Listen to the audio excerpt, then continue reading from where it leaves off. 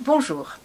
Clore cette troisième saison d'état de veille passe par choisir ou non la responsabilité. Donc, là, il était question pendant cette troisième saison, priorité aux besoins, accès aux désirs, et cette fois-ci, bien sûr, je clôt avec choisir, créer, inventer sa propre route.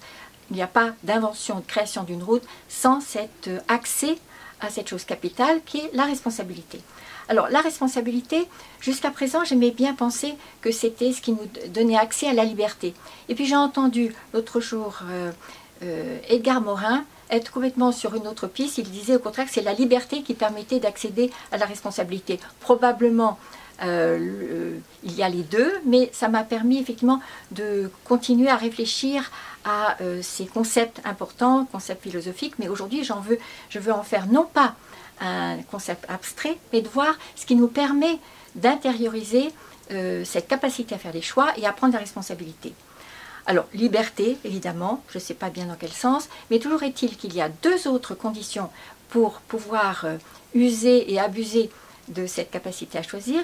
Il y a la sécurité intérieure et il y a aussi la maturité. Alors quand je dis maturité, c'est une autre façon de parler de cette possibilité de s'engager.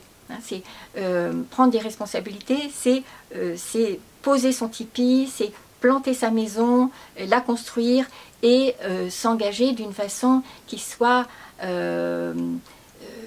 dans l'ordre du social aussi, et ça veut dire 4 vertus. Donc j'en ai distingué 4. La première, ce sera discerner. Discerner entre désir et besoin, discerner entre ce que les autres nous ont donné comme mandat et moi, ce que je me donne effectivement comme objectif et comme priorité dans ma vie. Ça veut dire faire la distinction entre j'ai envie, j'ai pas envie et j'ai peur, mais c'est-à-dire mettre de la conscience et mettre de l'adulte dans tout ce bazar de notre cadre de référence. Et discerner, ça veut dire aussi être capable d'arriver à ce « c'est moi qui choisis et c'est moi, même si les autres ne sont pas d'accord ». Donc c'est ce qui est l'objet d'un atelier que j'aime beaucoup sur mon talent, c'est-à-dire comment retrouver mon axe et savoir que quand je dis « je », à ce moment-là, il y a quelque chose qui va trouver de la cohérence et trouver surtout une étanchéité par rapport à ce que les autres pourraient penser des choix que je fais. Donc discernement. Ensuite, ça sera la décision. La décision, on ne le dit jamais assez, elle est toujours possible et surtout saine à partir du moment où j'introduis immédiatement le prix à payer. Si je fais tel choix, est-ce que je me sens capable évidemment d'en payer le prix? Alors le prix à payer, il est souvent dans obéir, désobéir, mais surtout si j'obéis, évidemment, je vais avoir le luxe d'être approuvé, d'être aimé, d'être accepté dans la communauté, alors que choisir, souvent, ça veut dire payer le prix de la désapprobation. Et bien sûr, souvent, je donne l'exemple des lanceurs d'alerte qui ont à vivre non seulement le désaccord sur le contenu, mais aussi la désapprobation familiale, sociale et bien d'autres ennuis. Donc, suis-je capable d'identifier ce que ça va entraîner que de faire des choix qui ne vont pas forcément être ceux qui sont souhaités par les autres. Choisir, décider et tenir bon. Ensuite, comme c'est logique, la troisième vertu, c'est cette capacité à faire des deuils. Deuil du confort, deuil de la pensée unique, deuil d'une forme de paresse aussi intellectuelle, deuil de faire plaisir, ou au moins deuil aussi de ne pas déplaire. Toutes ces choses, elles ont à voir avec la capacité à rester dans l'axe et à éviter de tomber sans en avoir conscience dans une certaine forme de dépendance. La quatrième vertu, évidemment, c'est la discipline. Alors, chaque fois que je dis discipline, j'insiste surtout sur la confusion fréquente du fait de notre scolarité où on nous invite à faire des efforts avec cet horrible terme de faire des efforts. Il n'est pas question de faire des efforts.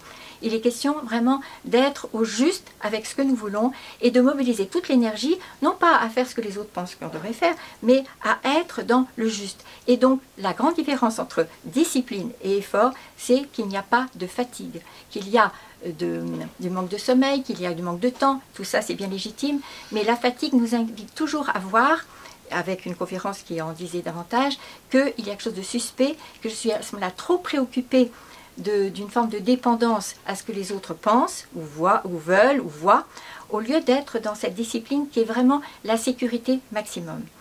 Donc, choisir, prendre la responsabilité, c'est bien sûr avec l'autre mot que j'aime retrouver parce que c'est celui qui dit le plus et le mieux, très simplement, ce que ça veut dire dans notre quotidien, c'est être présente à moi, présente à la réalité telle qu'elle m'est offerte avec l'accueil des surprises de la vie.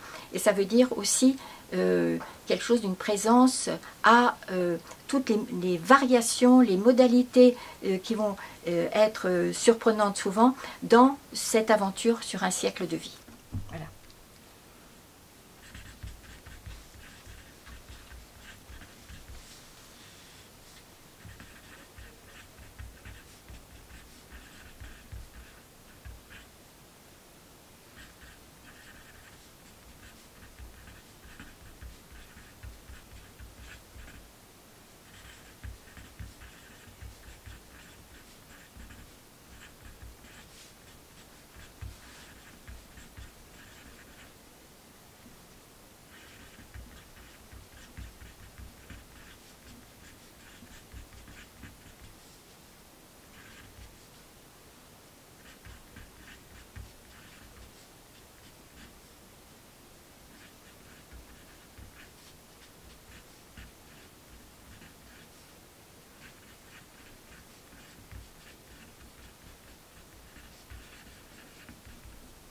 Voilà, merci, à bientôt pour la conférence sur ce thème.